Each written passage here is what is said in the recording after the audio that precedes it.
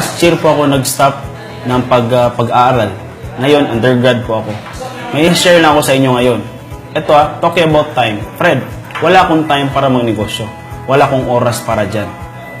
Talking about time, syempre, it's all about priority management. It's all about, I don't believe in time management. It's only priority or choice management. 8 a.m. hanggang 5 p.m. po yung trabaho natin. After 5 p.m., syempre, ano yung gagawin natin? We are doing something unproductive. Right now, we are offering to you something productive that after 5 p.m., you can be able to maximize that time spent here in this business. From 2 to 3 hours lang in this business. Imagine if ever, for example, 7:30 ka na nagising. 7:30 ka na gumising. Tapos, syempre, yung duty mo is 8 a.m. Anong gagawin mo? Syempre, magmamadali ka for you to catch up on your work. So, mangyari dyan, kahit na may deduction, nandun ka pa rin. What I'm trying to point here, is that the life that you are dreaming? Na parating nag-rush, hindi ikaw yung principal manager talaga ng time mo, kundi yung boss mo. Even for example, sa pag-leave nga, or sa mga special occasions, like for example, birthday, Christmas, hindi ka basta-basta makapag-leave.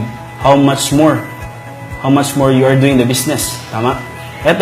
Talking about money, wala akong pera, Fred. I don't believe a money problem. It's only an idea problem. For example, bibigyan tayo ng example. What if bebentahan kita ng cellphone worth 50,000 pesos. Pagpalagay na lang natin iPhone 7. 50,000 pesos. Pero bibigyan ka na ng promo, 10,000 pesos for the next 2 hours. Bibilhin mo hindi. For sure bibilhin mo. Hahanapan mo ng paraan. 10,000 pesos na po iyon. iPhone 7. So meaning, ikaw, kahit na wala kang pera, maghanap ka ng paraan. Even for example, your loved ones, if ever sila, meron kang 4 hours or 6 hours lang para maoperahan sila. Siyempre, hahanapan mo talaga ng paraan para mabuhay yung mga loved ones mo. Ito na business na ito, hindi mo lang loved ones ang masasave nito, hindi mo lang loved ones ang yung masisecure dito, kundi the loved ones of your friends. Tama? Mali? Talk about skills. Fred, wala akong skills. Hindi ko linya yan. Hindi ko linya yung pag-negosyo. Hindi ko linya yung pag-networking. Ito lang. Sample lang. What if, after the presentation, or pag-uutusan kita, sir or ma'am, mag-map ka nga, for sure, hindi ka papayag kasi hindi mo profession yung pag-map. Hindi mo linya yung pag-janitor. For example, what if, bibigyan kita ng 50,000, mag-map ka lang. For sure, mag-agree ka sa akin. Talking about that. Kasi, bottom line is pera. Meron nga, mga doktor, nagno-nurse. Pag-akyat ng intibado, Dok, congrats ha, nurse ka na. Is because, reality, pera talaga yung batayan. Pera talaga yung pinag-uusapan. Kaya nga, kadalasan sa atin, if you don't have any opportunity in this country, you better go outside the country to look for a job. Talking about opportunity, anong ibang opportunity?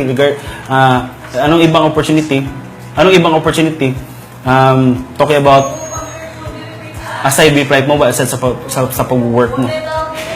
Di ba? Siyempre, kung sasabihin mo sa akin, loto. Di ba? Did you know that mas malaki pa yung chance, mas malaki pa yung possibilities na madaganan ka ng jeep or mahihit ka ng masasagaan ka ng sasakyan versus sa manalo ka ng loto. Mali, di ba? Siyempre, talking about this, ano pa? Fred, I would marry a rich person. I would marry a foreigner para at least ako, something ganun. Meaning, ikaw, kailangan mo ng facial value, which is very, para sa akin, sasabihin kasi nila, investing is very risky. Tama? Investing daw is very risky. Pero, isa lang masasabi ko sa inyo. Talking about risky, as driving. How much mo yung driving? Mas risky po yung driving. Meaning, before you drive, dapat knowledgeable ka about this business. Duda, doubt your doubt. Di ba? Ilan ng car-achievers, ilan ng club members ang na-produce namin. Tapos ngayon, magdududa ka pa rin. Ilang companies na po yung pumapasok ng Flight Mobile, tapos magdududa ka rin. Ang dudahan mo dapat yung mga ginagawa mo ngayon. Na after how many years, wala pa rin nangyayari. Siyempre, dapat mag-goal ka. importante in this business that you set a goal na everyday pag-aralan mo yung negosyo. Mas lamang yung may alam. Tama? Tapos ito, syempre, experience is the only teacher. Hindi mo malalaman kung gaano ka-effective yung opportunity, hindi mo malalaman kung gaano ka-effective yung isang bagay kung di mo subukan. Ayun, di ba? So, this has been Frederick Tejeo, your 7th Mirrors Club member. Thank you and God bless. Mabuhay.